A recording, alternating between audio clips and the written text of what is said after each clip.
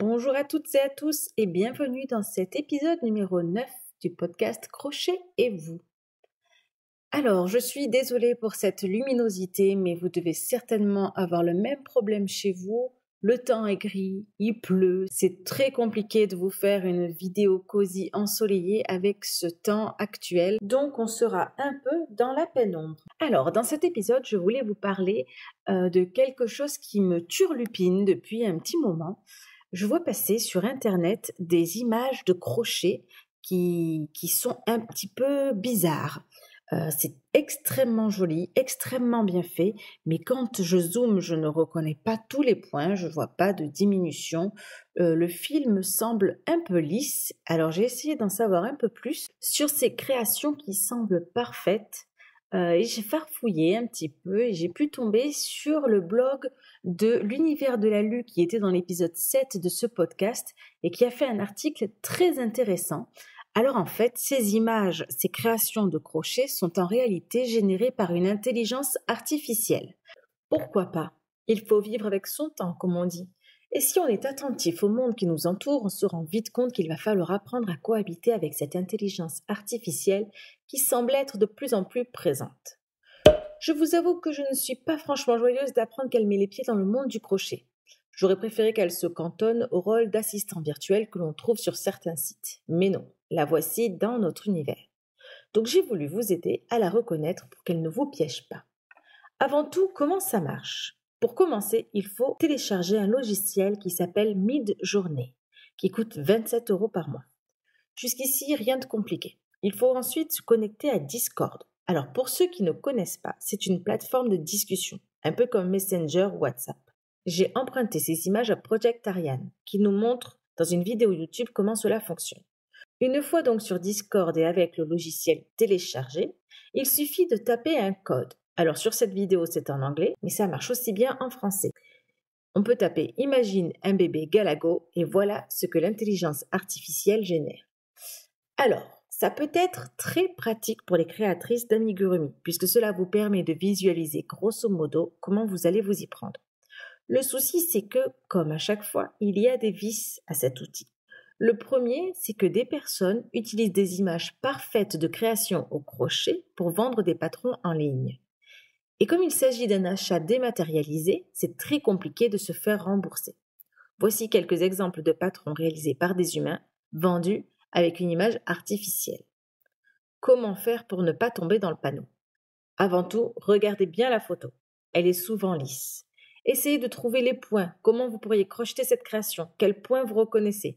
Regardez ensuite s'il y a plusieurs photos prises sous différents angles. S'il n'y a qu'une seule photo, on peut se poser des questions. Regardez les commentaires et lisez les avis. Vous tomberez certainement sur des personnes mécontentes de s'être faites arnaquer. Vous pouvez aussi chercher le nom du vendeur sur Internet. Il va falloir un peu farfouiller. Bref, essayez de contrer ces truands et ne vous faites pas avoir. Il y a un autre vice, celui de tomber dans l'excès et de se dire que la moindre création un peu complexe est créée par cette intelligence artificielle, alors qu'elle peut être créée par un humain. Beaucoup de crocheteuses sur la toile sont excellentes et il ne faudrait pas réduire leur travail à l'idée de fausses créations sous prétexte qu'elles sont très bien réalisées. Je prends l'exemple de la Fabrique de Loup qui fait des créations à mon sens exceptionnelles. Voici la différence avec une photo réalisée par une intelligence artificielle et une création de la Fabrique de Loup. L'aspect lisse de la photo de droite montre tout de suite qu'il y a quelque chose de pas normal. J'espère avoir éclairé votre lanterne en ce qui concerne ces créations et surtout vous avoir transmis une information qui vous protégera des éventuelles arnaques. Il va falloir s'habituer à croiser le chemin de cette intelligence artificielle sur la toile. Continuons avec une nouvelle rubrique qui est une astuce au crochet.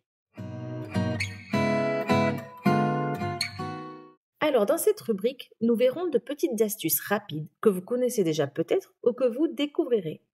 Pour la toute première astuce, je vous propose de découvrir comment retirer ces trous disgracieux en début de rang lorsque l'on respecte la règle du crochet qui est de commencer un rang par des mailles en l'air. Une maille en l'air pour un rang de mailles serrées, 2 mailles en l'air pour un rang de demi-bride, 3 mailles en l'air pour un rang de bride, etc.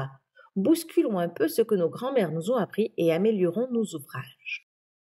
Voici donc 2 échantillons où l'on voit le premier à gauche où l'on saute les mailles de départ et donc on a ces trous disgracieux, et celui de droite où on fonctionne autrement et on n'a pas de trous. Donc ces trous de départ sont dus au fait que pour atteindre la hauteur du rang, donc là on est sur des brides, pour atteindre la hauteur des brides, on fait 3 mailles en l'air en début de rang, et ensuite on va sauter la toute première maille puisqu'elle est occupée par ces 3 mailles en l'air qui remplacent la première bride.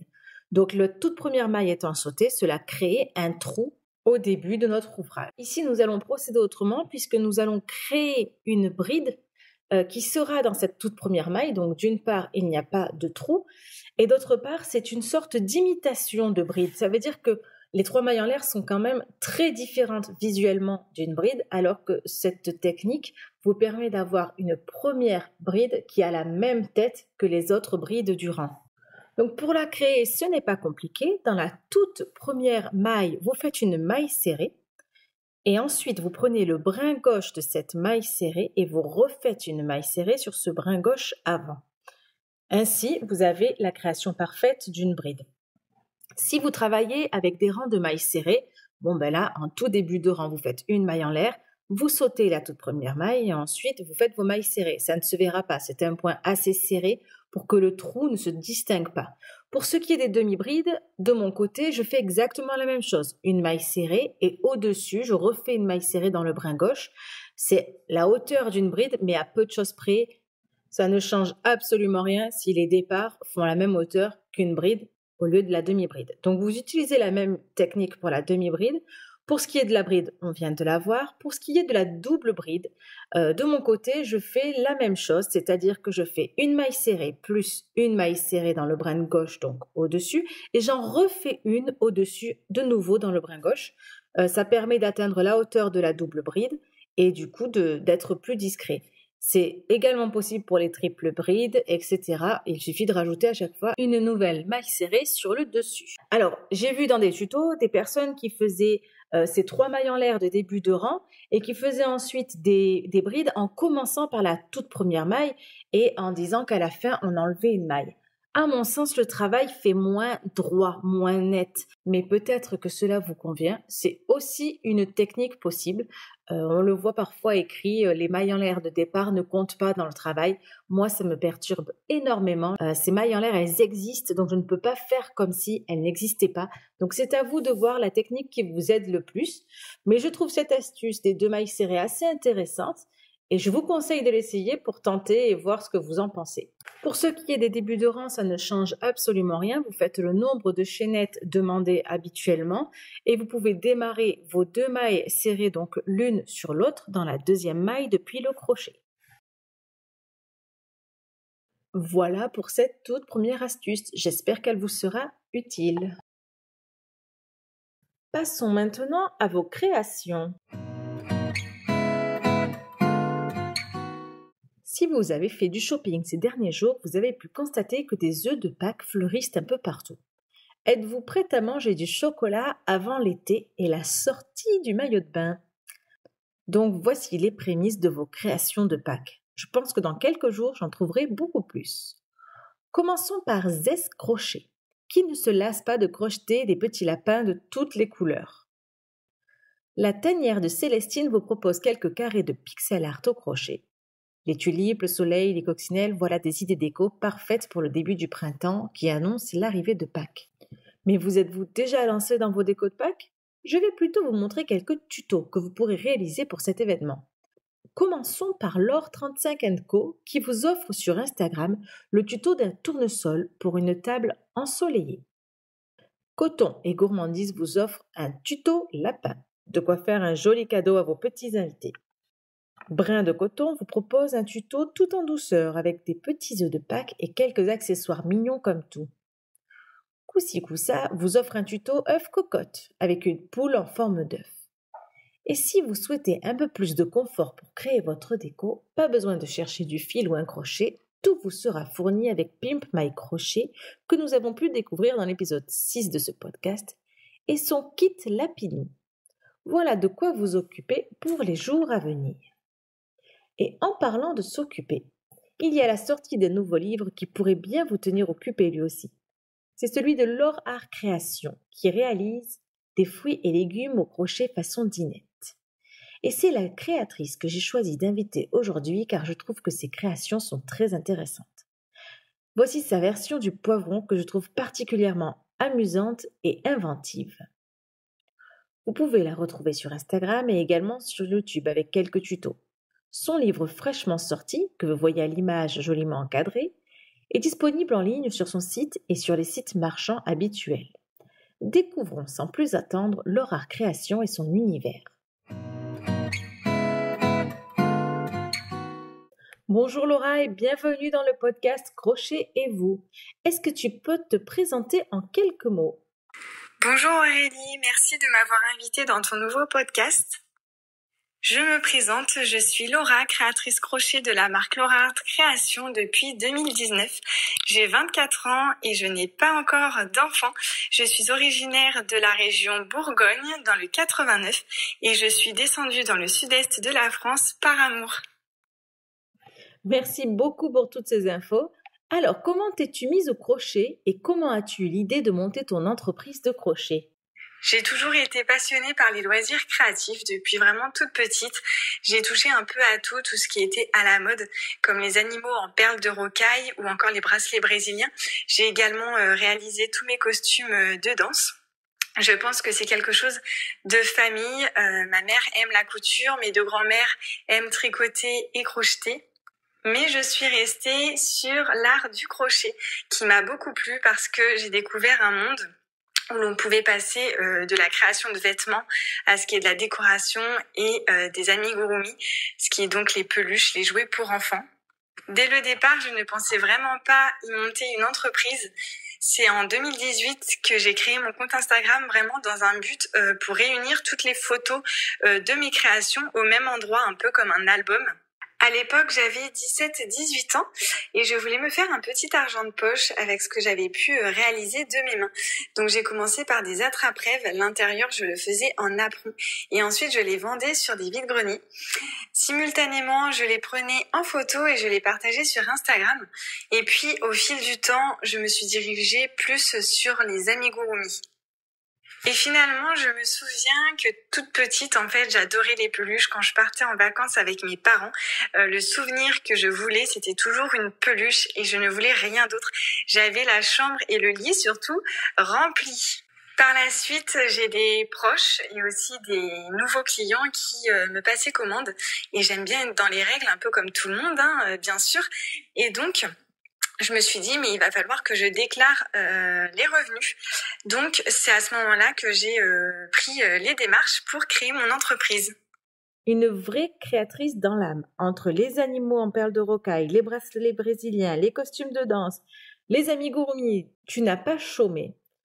Alors, tes créations appartiennent pour la grande majorité au monde des bébés, voire des enfants. Pourquoi as-tu fait ce choix ? Alors en effet, mes créations sont dans l'univers des enfants, des bébés. Je pense que c'est de par mon métier parce que à côté, je suis auxiliaire de puériculture depuis 5 ans maintenant. Je travaille donc en crèche. Comme quoi, tout s'explique. J'ai pu voir que tu organises des sessions de vente. Tu peux nous en dire un peu plus ? Alors oui, je fonctionne par session-vente. Alors c'est surtout pour ce qui est dinette depuis bientôt 2 ans parce que j'ai eu des millions de vues, ce qui est sur TikTok ou sur Instagram sur mes vidéos qui ont pris une ampleur exceptionnelle et en fait si je laissais tout de manière continuelle, je ne m'en sortirais pas. L'année dernière, j'ai eu un retard sur les délais de confection allant jusqu'à 2 mois, même en ayant limité dans la prise de commande. Donc désormais, depuis ce début d'année, je fonctionne sur stock. Comme ça, au moins, je ne me fais pas avoir. Donc, c'est-à-dire qu'à une heure et une date précise, je vais mettre le stock que j'ai, moi, derrière en coulisses. Et les gens vont se rendre sur le site pour pouvoir acheter mes créations. Une belle organisation pour pas te laisser déborder par toutes tes ventes.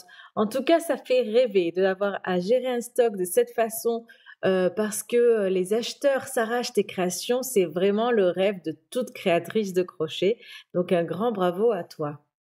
J'ai pris plaisir à me balader sur ton site et à découvrir ton univers. Ma création préférée est le litchi que je trouve extrêmement bien réalisé. Quelle création plaise le plus à tes clients ? Tout d'abord, merci beaucoup pour le compliment. j'avoue que je ne suis pas peu fière de mon site qu'il ait réalisé moi-même toute seule. Ah merci, moi aussi je l'aime beaucoup, ce petit litchi que j'ai pris plaisir à imaginer. Surtout qu'il en existe peu, voire pas du tout au crochet. Moi ce que j'adore c'est vraiment créer quelque chose dans son originalité et je pense que c'est ce que recherchent mes clients et c'est ce qu'ils adorent. Donc le litchi fait partie de leurs préférés. Ils aiment bien aussi l'oignon. La pomme en quartier qui est déclinée de la même façon que la pastèque et le melon. Des créations bien sympas et que je trouve assez interactives. Pour les enfants, ils peuvent trifouiller, sortir les différentes parties, c'est très bien pensé. Alors, j'ai pu voir que tu faisais aussi mercerie. Comment ça fonctionne? Comment tu t'approvisionnes? Tu dois avoir un sacré stock chez toi. Oui, je propose une catégorie mercerie depuis fin de l'année 2023. Je fonctionne donc sur stock. Heureusement que je n'ai pas une communauté qui me suit pour cette partie de mon site parce qu'il est vrai que dans un appartement de 42 mètres carrés, je ne peux pas beaucoup stocker, donc je fais comme je peux. Je n'en fais pas non plus beaucoup de publicité. Il me hâte de déménager d'ici quelques mois pour pouvoir vraiment avoir une pièce consacrée à mon atelier et pouvoir y stocker beaucoup plus de pelotes, même si j'en ai déjà pas mal et que ça encombre beaucoup l'appartement. Évitons de parler de la mercerie alors pour que tu puisses continuer à circuler dans ton appartement. Passons aux questions habituelles. Quel est ton crochet favori et ton fil favori? Alors mon crochet favori c'est de la marque Tulip. Je n'en ai pas testé beaucoup, sincèrement c'est depuis peu que j'utilise un crochet ergonomique. Sinon depuis le début j'utilisais un crochet tout simple, métallique. Et je crois que c'est un peu pour faire comme tout le monde que j'ai voulu tester ces fameux crochets. J'en ai testé que 2 marques, la marque Clover Amour et la marque Tulip. Et j'ai fait mon choix. Mon favori reste pour le Tulip en numéro 275. Et mes pelotes favorites de la marque Katona Skipus. C'est vraiment un fil que j'affectionne beaucoup. J'adore son côté mercerisé, donc le côté brillant. Il y a beaucoup de coloris de cette marque et ils font aussi d'autres matières que j'ai testées récemment pour une petite nouveauté et donc tous leurs coloris me servent moi dans tous mes projets au crochet. Ça me convient parfaitement. J'aime beaucoup aussi les entrées de gamme pour ce qui est des fils en coton, je parle. Je n'ai pas précisé précédemment. Par exemple, la marque Kaline ou la marque Grundle, c'est des marques qu'on peut retrouver dans les magasins de petits objets de bazar. Donc elles sont pas coûteuses quand on débute le crochet. Je trouve que c'est aussi bien pratique. Il y a quelques-uns de leurs coloris de ces 2 marques que j'adore utiliser et que je ne retrouve pas par exemple dans la Katona Skipus. Alors pour ce qui est des crochets, les tulipes et les clovers reviennent souvent dans ce podcast. Pour ce qui est des fils, les entrées de gamme, on les connaît un petit peu moins parfois, mais les chip cheese, on les connaît un peu. On en a entendu parler avec l'univers de la Lue qui fait également des dinettes comme toi. Comment aimerais-tu développer ton entreprise et quels sont tes projets à venir? Comment j'aimerais faire évoluer mon entreprise, je ne sais pas. De base, comme je l'ai dit au début, je ne pensais pas monter mon entreprise. Donc, je vis au jour le jour avec le temps. Alors dans mes projets à venir, je n'en ai pas vraiment à vrai dire. Depuis peu, j'ai eu l'idée de lancer des formations en ligne de crochet qui seront en lien avec mes patrons et donc mon univers parce que j'ai souvent des questions pour apprendre. Donc ça serait une opportunité, je dirais. Voilà une idée qui est intéressante. Pourquoi pas faire des cours de crochet en ligne? Je pense que ça peut plaire à beaucoup de futures créatrices. Eh bien, je te remercie Laura pour cette interview qui était très intéressante. Est-ce que tu as un petit mot de la fin à ajouter pour toutes les personnes qui nous écoutent? Pour le mot de la fin, je dirais faites ce que vous aimez. Et si je peux rajouter quelque chose à mon podcast, c'est la sortie de mon livre intitulé Mon petit marché au crochet aux éditions Dessin et Torra qui sort le 13 mars 2024. Merci de m'avoir écouté et à bientôt. C'est noté pour la date. Rendez-vous le 13 mars pour découvrir ton livre. Merci beaucoup d'être venu dans notre podcast et à très bientôt. Donc, le livre de Laura Création, vous le voyez à l'image, comme je le disais précédemment, encadré. Et juste à côté, il y a quelques fils de loup passion que j'ai voulu ajouter à ma déco de podcast parce que je viens de recevoir une commande de fils et que j'adore ça. Et ces fils-là, les passions de loup passion, sont très très sympas, très agréables à crocheter, parfaits pour des petits hauts printaniers ou estivaux. Donc là, j'ai découvert cette nouvelle couleur passion terracotta que je trouve vraiment très jolie. Et à côté de celle-ci, vous retrouvez le passion crème que j'ai déjà beaucoup utilisé dans mes tutos. Voici 2 couleurs que vous découvrirez bientôt dans un nouveau tuto parce qu'elles sont vraiment très chouettes à associer et que le rendu sera très joli. Voilà pour ce petit temps en fil. Alors comme vous pouvez le voir dans chaque épisode, j'ai toujours de nouvelles idées, j'essaie de vous mettre à contribution, de vous faire participer. Pour cet épisode 10 qui arrive, puisque celui-ci c'est le 9, je voulais vous proposer quelque chose d'un peu différent, qui est de me poser vos questions. Donc la personne interviewée, ce sera moi. Donc je vais mettre dans ma communauté un espace spécial pour que vous puissiez poser des questions. Je vais le mettre aussi sur Instagram. Et comme ça, vous pouvez m'envoyer vos questions écrites ou par audio si certaines le souhaitent. Comme ça, cet épisode 10 qui marque la première dizaine de ce podcast sera les questions que vous avez à me poser à moi qui suis derrière la caméra depuis ces 10 épisodes. Passons maintenant à vos commentaires. Alors, commençons avec Audrey Loiseleur 393 qui nous met « Je récupère mon retard d'écoute de tes podcasts. J'adore, je découvre un très bel univers. » Alors, Audrey, c'est une copine à moi dans la vraie vie qui, à la base, n'est pas crocheteuse, qui tricote et qui s'est mise à écouter mes podcasts très gentiment par soutien amical et qui finalement a commandé son kit débutante chez Pimp My Crochet et qui va se mettre au crochet grâce à toute cette petite expérience dans laquelle je me suis lancée. Donc c'est vraiment très sympa et je suis ravie de l'avoir à mes côtés pour notre première rencontre crochet dont je parle dans l'épisode précédent, qui aura lieu dans le petit village de Pélussin mardi 12 mars. Donc merci Audrey pour ton message et pour prendre le temps d'écouter tous mes épisodes. Continuons avec Croche ta maille. Merci Aurélie de nous avoir permis à Julie et moi de faire découvrir notre belle famille du crochet Franc Crochet. Donc dans l'épisode précédent, l'épisode 8, mon invitée était Julie de Franc Crochet. Franc Crochet, c'est un collectif de crocheteuses qui a pour but de promouvoir le crochet dans toutes les régions francophones. Lors de son interview, elle nous expliquait le fonctionnement du collectif et pourquoi y adhérer. En parallèle, j'ai contacté Croche ta maille, qui fait partie de ce collectif, pour qu'elle partage avec nous son ressenti en tant que membre. Lors de la diffusion du podcast, lorsque Julie a découvert son intervention, l'émotion était vraiment au rendez-vous. Quelques jours plus tard, j'ai pu à mon tour découvrir cette émotion grâce à une vidéo de Julie postée sur Instagram, que vous pourrez découvrir en vous connectant au compte de Franc Crochet. Ce moment n'a été vraiment que du bonheur, et c'est aussi pour ça que je fais ce podcast. Merci Croche ta maille pour ton commentaire, et n'hésitez pas à vous renseigner sur Franc Crochet, qui est un collectif accueillant et bienveillant. Continuons avec Sauterelle96. Bonjour, proche de chez moi, il y a la boutique M. à Sarrebourg en Moselle. Une petite boutique très sympa avec un joli choix de fils. Bonne journée. Alors oui, comme je vous le proposais dans l'onglet communauté, vous pouvez noter les noms des boutiques de laine que vous aimez afin de les voir apparaître dans le podcast. J'ai contacté ce matin cette boutique et je suis tombée sur un monsieur très sympathique qui a accepté d'en parler à la responsable de la boutique et qui m'appellera donc dans la journée. À mon avis, il n'y aura pas de souci pour l'accueillir dans le podcast puisqu'il avait l'air très enchanté. Donc cette boutique sera dans un des prochains épisodes.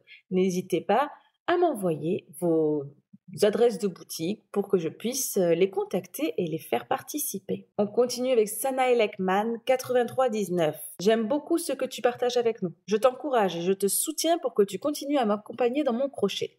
Cela fait tellement du bien de s'informer pendant que je crochette. J'ai appris déjà beaucoup de choses avec le peu de podcasts que tu as réalisés, tellement enrichissant et sans parler de ta voix qui donne juste envie de continuer. Courage pour la suite et encore merci infiniment, Sana. Alors ça, c'est très gentil. Merci beaucoup. Je suis ravie de pouvoir transmettre des informations, de vous partager de nouvelles données sur le crochet, sur son environnement, son univers. Donc, un grand merci pour ce commentaire motivant. Et merci pour le compliment sur ma voix, avec lequel je ne suis pas forcément toujours d'accord, mais c'est quand même agréable à lire. Merci beaucoup, Sana. Et nous terminons avec l'amigurumi FR que nous avons vu, que nous avons pu découvrir également dans l'épisode avec l'univers de la Lue, qui me dit encore un superbe podcast, franchement très intéressant. Je vais aller voir ça de ce pas. Merci Aurélie pour cette découverte. Il parle de l'épisode avec Franck Rocher et du coup Cyril, donc qui est l'amigurumi.fr, qui a découvert Franck Rocher dans ce podcast, a tout de suite pris les devants et est allé s'inscrire et a rejoint cette grande communauté. Donc, je trouve ça très sympa. Et j'espère un jour, Cyril, pouvoir t'interviewer dans un de mes épisodes. Ce serait vraiment très chouette puisque, comme vous pouvez le voir, nous n'avons pas beaucoup de messieurs qui participent. Et je serais ravie que ce soit toi, le premier monsieur à participer à ce podcast. Je vous remercie beaucoup pour vos commentaires qui sont très agréables à lire. Je compte sur vous pour me poser vos questions pour le prochain épisode. Et puis, merci d'être là et à très bientôt. Bonne journée à tous. Au revoir.